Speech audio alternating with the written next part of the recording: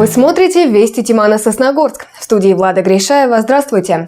Стратегию развития экономики в Коми будут реализовывать за счет госпрограмм, сообщает Коминформ. Государственные программы остаются эффективным инструментом реализации стратегии развития экономики в Коми. Об этом заявил министр экономического развития республики Константин Плехов. В рамках программно-целевого планирования продолжается реализация 20 государственных программ по основным направлениям социально-экономического развития республики. Госпрограммы внедрены в бюджетный процесс и обеспечивают более чем на 90% программный бюджет. Новый перечень госпрограмм, реализация которых начнется с 2020 года, сформирован по отраслевому признаку, исходя из целей новой стратегии. 18 новых госпрограмм будут разработаны и приняты уже до 1 ноября этого года. Охрана общественного порядка на улицах города с помощью систем видеонаблюдения – тема, которая актуальна всегда. Сохранность муниципального и частного имущества, защита от хулиганов, вандалов и воров. Не секрет, что зачастую только установка камер видеонаблюдения помогает соблюдать закон. Сосногорск в этом отношении не исключение. Видеонаблюдение – это процесс визуального контроля и автоматического анализа изображений, в частности, распознавание госномеров на транспортных средствах, человеческих лиц и прочих объектов. С недавних пор в Сосногорске заработала новая система, которая позволяет в цифровом формате собирать и хранить данные о том, что происходит на городских пространствах. На сегодняшний день у нас по городу установлено 6 камер. Камеры где-то начали работать с августа месяца, и на сегодняшний день в нормальном режиме они работают. То есть мы можем посмотреть, как на ЕДДС у нас, также можем посмотреть на, так сказать, на наших смартфонах. Эту работу курируют сразу два ведомства – Управление по делам ГОЧС и Сосногорский отдел полиции. Как рассказали специалисты, камеры работают в онлайн-режиме круглосуточно, сохраняя все данные в облаке. Просмотреть архив можно в течение 3 месяцев со дня записи, что положительно сказывается на выявлении фактов правонарушений. Камеры видеонаблюдения помогают в работе полиции по причине того, что можем установить, какие автомобили выезжали из города, какие автомобили въезжают в город. Учитывая, что они работают с конца августа 2019 года, но в августе уже был раскрыт угон. С помощью данных видеосистем при просмотре видеозаписей было визуально опознано лицо, которое совершило угон, установлено местонахождение угнанного автомобиля, и лицо, совершившее данное преступление, было привлечено к уголовной ответственности. С помощью видеонаблюдения можно легко зафиксировать факты хищения имущества и другие акты преступной деятельности. Стоит отметить, что видеозапись позволяет мгновенно найти ответ при возникновении спорных ситуаций. Например, была ли нанесена порча имущества случайно или это было сделано умышленно. Польза от камер видеонаблюдения несомненна, поэтому в планах города их количество увеличить. Был выезд на, так сказать, на местность, было осмотрено, где камеры установить, и на сегодняшний день в планах установка еще 10 камер видеонаблюдения. Это относится к общегородским территориям. А вот то, что касается дворов, а такие системы хорошо зарекомендовали себя и там, то это уже зависит от инициативы жителей. Елена Двожик, Евгений Юрин, Вести Тимана, Сосногорск. Уже 4 года одной из главных достопримечательностей Сосногорска является семейный парк Югыдлун. Его посетителей радуют не только фонтаны и детские площадки, но и разнообразные арт-объекты, в том числе и деревянные фигуры, изображающие героев Коми и русских сказок. На днях все они были отреставрированы.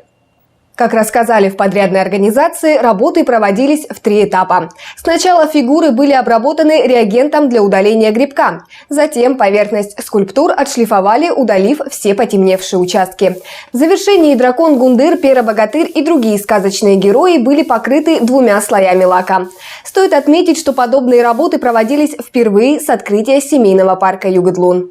Данная обработка позволит сохранить фигуры как можно дольше, и как можно дольше фигуры наши будут радовать людей, граждан в нашем парке Югыдлун. Как отмечают специалисты, после реставрации фигуры сохранят внешний вид в течение нескольких лет. Разумеется, если посетители семейного парка не забудут о бережном отношении к скульптурам.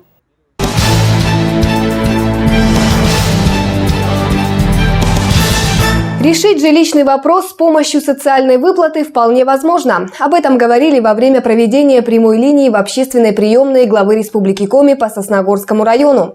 Граждане интересовались, кто имеет право на выплату и как ее получить. В этом году свои жилищные условия улучшили 3 молодых семьи. Сегодня в очереди на получение социальной выплаты стоят еще около 10 семей. Есть несколько видов выплат. Например, социальные выплаты молодым семьям на покупку или приобретение жилья. Чтобы встать на учет, семье должно быть до 35 лет. Обоим супругам. Может быть, молодая семья – это молодая семья, где 2 супруга без детей, либо 2 супруга с детьми, либо один родитель, папа или мама с детьми, это тоже считается молодой семьей. Совместная регистрация по одному адресу у всей семьи и нуждаемость в улучшении жилищных условий. Либо семье не хватает по квадратным метрам, они не обеспечены жильем, учетная норма у нас на одного человека 11 квадратных метров общей площади жилья, либо их жилье признано непригодным для проживания. Кроме молодых семей, есть еще около 15 категорий граждан, имеющих право на получение социальной выплаты, на приобретение или строительство жилья и на возмещение процентов по ипотечному кредиту. Ознакомиться с категориями можно на официальном сайте администрации муниципального района Сосногорск в разделе «Комитет по управлению имуществом». На этих выходных неравнодушные жители Сосногорска вышли на субботник в Сквер Победы, чтобы подготовить городской участок к зиме. Инициатором мероприятия стали представители районного совета ветеранов. Побывала на субботнике и наша съемочная группа. Вооружившись необходимым инвентарем, участники субботника вышли, чтобы привести в порядок территорию Сквера Победы. Здесь и представители Совета ветеранов Великой Отечественной войны, и Союза ветеранов Афганистана, и просто неравнодушные граждане. Мы решили привести в порядок часть Сквера Победы, которая практически зарастает под ростом. Мы уберем то, что упало, вырубим и выпилим то, что растет внизу. А березки все останутся. Может быть, потом нам удастся и отсыпать дорожки. Помочь сделать свой город немного чище отозвались и представители отдела молодежи, приложив максимум усилий к уборке территории сквера. Мы пришли от волонтерства помочь, как добровольцы, сохранение экологии, чтобы было немножко безопаснее, так как очень много колючих растений растет, а тут гуляют дети, маленькие дети, чтобы им было как-то безопаснее гулять, и чтобы больше пространства было, чтобы было чище в городе. Как считаете, вообще полезным делом занимаетесь? Да, конечно, потому что это идет как польза окружающим, кто этим не занимается. Общими усилиями участники субботника сделали все, что запланировали. Работа шла как по маслу, благодаря сплоченности и желанию трудиться. Ведь порядок должен быть как в человеке, так и вокруг него. Андрей Калиничев, Влада Гришаева и Евгений Юрин. Вести Тимана, Сосногорск.